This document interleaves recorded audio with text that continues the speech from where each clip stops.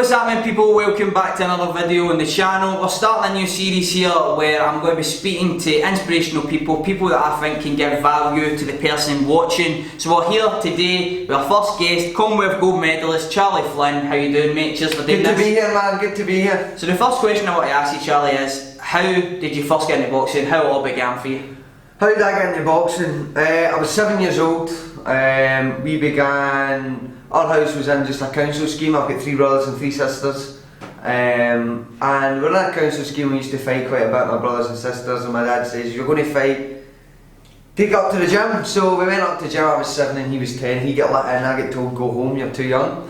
Basically, I kept sneaking in the fire exit, couldn't get rid of me. Eventually they let me in, started training, and they thought, this guy's amazing. Well, I didn't say this guy's amazing, they said this guy's got a bit of potential. Yeah. He's really taken to it. I was 7-year-old and I was sparring 11-year-olds and stuff, and they were like, this is really cool. So the problem is a lot of 7-year-olds did to start letting them all in. They got that nursery and they basically said, you all need to go. So I was the only one that was allowed to stay. So that's where it all decent. That's where it started, basically. That's where it started. What gym was that? Newt Hill Boxing Club. And I've been in that gym if I was 7 up until now. And that gym doesn't get funding, it doesn't get anything. I've had no funding through literally my whole amateur career.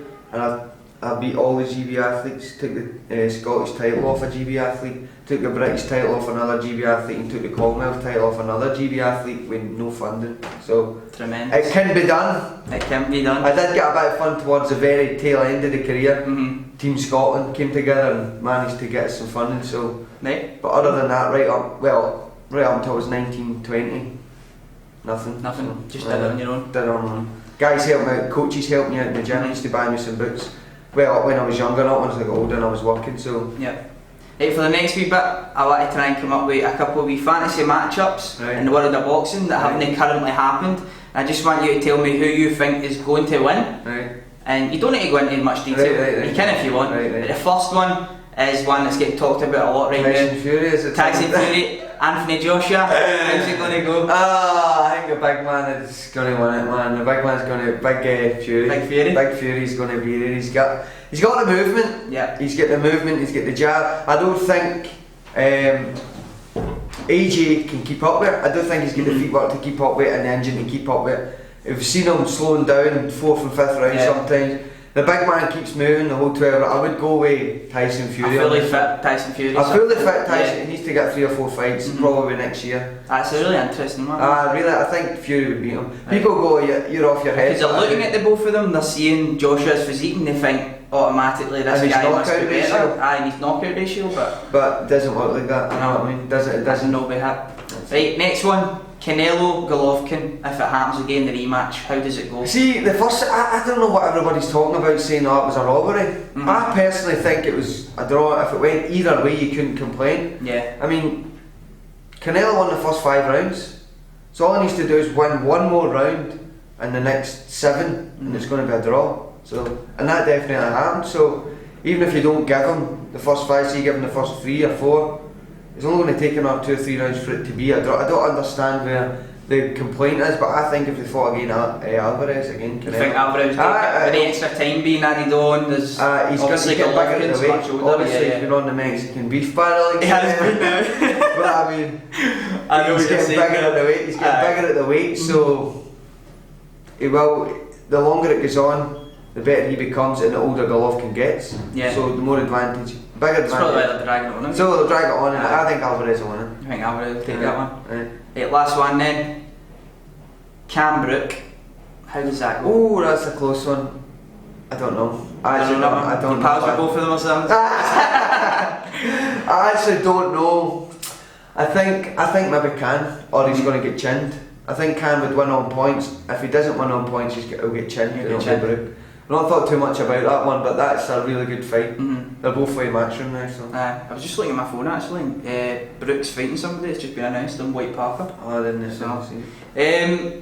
Who's your boxing idol and why? Andre Ward. Andre Ward, Hall of Famer. His mum was a crackhead. Right. His dad was a heroin addict. He shouldn't have been a world champion. He shouldn't have been in the Hall of Fame. He shouldn't have done what he should have done. his coach took him on, looked after him, but his coach looked after him. Virgil Hunter? Yeah, looked after him as a kid in the gym, feeding him, helping him out.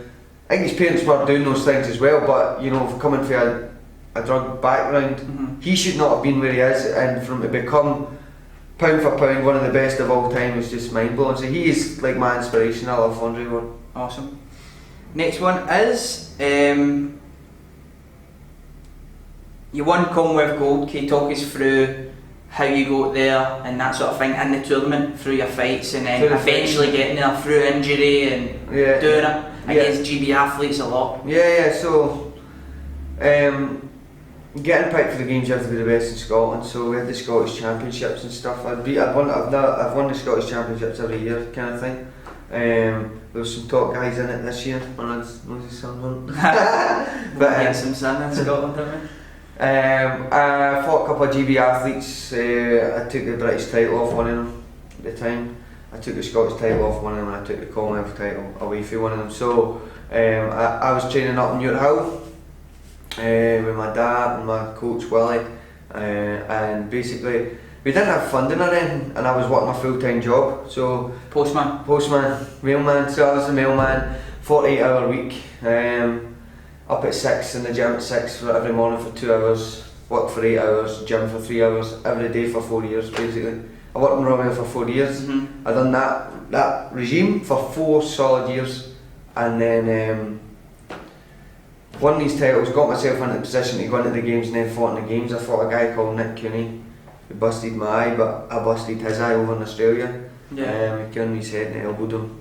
Busted his eye. It was a bit crazy, we're not going too much detail. Royal Rumble. And fought him in the first round. Next round was a guy from Ghana, an African guy, a big guy, knocked this guy out cold the day before, so I was well warmed by everybody, and I was the underdog again in that fight. Beat him, then it was a GB athlete, Joe Cardina.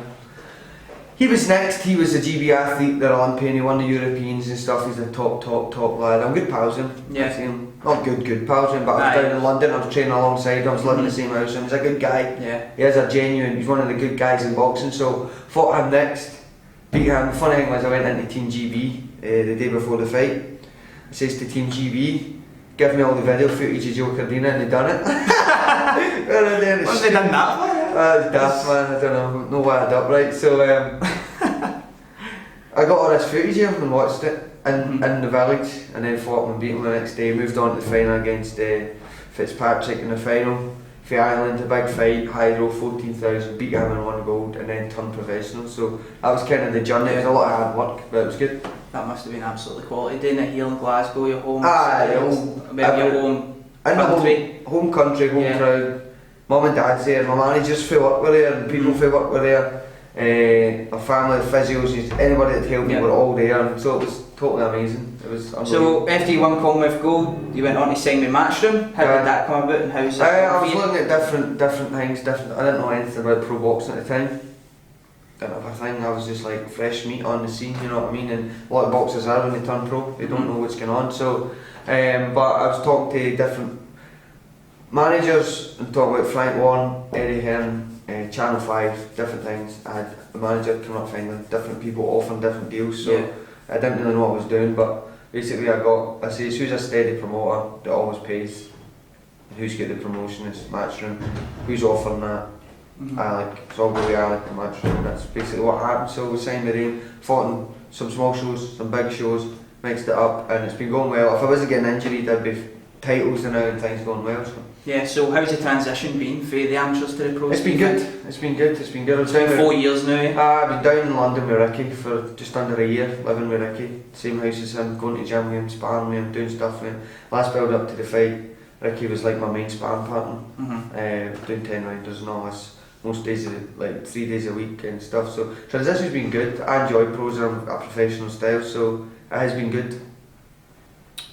So now you're a professional, you're going through a wee injury now, but what's the plans going forward? How far can Charlie Flynn go? That's it, it's always been world title, you know what I mean? It's always been, I used to be the guy in the gym that walked in and used to be, where you going to be, I always used to say this because I always used to say, where you going to be when you're older? I say, a world champion, where you going to keep away from? I say, women and drink, and what age was this at? I was like, I was 10, and she used to say it. It was a joke walking into the gym, they always used to say it. And then everything they said started happening, I was winning everything, and then it just became the joke of the gym, so it was funny. So that's what's next then? You're shooting towards you times. can't Get time right, it's obviously people a gradual fail in process. life, like people fail not because like they aim too high in this, normally they aim too low and they hit, and then they're stuck in a rut. It's something that's below what they should be doing. Yeah. So you need to aim for the highest you can, so that's ultimately what you do.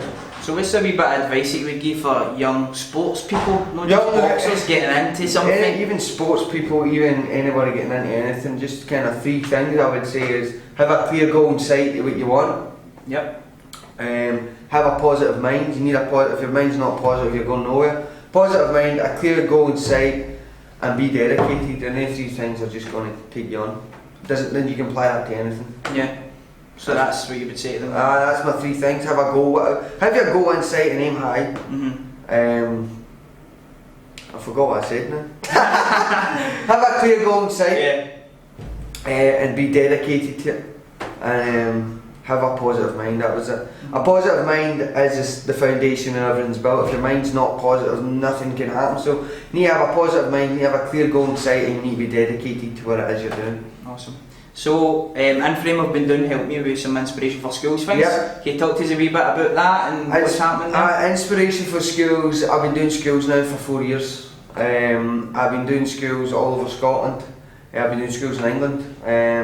The more I've done, the more I wanted. I couldn't do them, I've been training. I got an injury, groin injury, minor tears in my groin over the years, and it's gotten really bad. I got to the point that says, if you don't stop, you're fighting with this injury, if you don't stop, you're going to need an operation. So I stopped, so I've been out for a good few months, and the schools have just been asking me and continuing. So I basically says, I can't do this myself. And what I looked at was saying, who do I know? I know all these athletes, I know gold medalists, Olympians, I know all the top brass sports people who are the elite in the business, and I've just set up a program to get the top athletes into the schools, and that is all the schools that are run down and also the schools that are a bit higher up. Yeah. Just helping everybody. Every background and giving an equal opportunity to everybody. And we're getting the athletes, I'll be paying them. This whole thing has been self-funded. I'm paying the athletes to go into the schools, and it's fund them, so that, like me, I had no funding, I had no support, I had no sponsors. If I had something like this in place, then I wouldn't need to have worried about money and working and racking up 10 grand of debt is what I had, because I had to cut all my hours back, and then I worked up 10k debt when I won the games. Yes. Because I wasn't making enough money to survive and buy my kit, to travel, to go to the camps. But it was your passion, so you. But I knew in my head, I says, I'm betting all these guys I'm going to win. So if we had a system in place that supported athletes and supported their schools, which this is, it's going to be massive. So the athletes will be getting paid really, really amazing money. You're talking you do 2 schools a week for a couple of hours, do a school, 2 hours, do another school, 2 hours, they'll be getting a wage out of that. And from that, the schools are getting Olympians into their schools, getting a laugh with their children, high schools, primary schools, getting a laugh with them, sharing their stories, their experiences, teaching them how to have a winning mindset. They will be absolutely buzzing seeing the guy like yourself and all the other athletes. Like I'm talking to the top swimmers, and I'm not going to give names because I'm not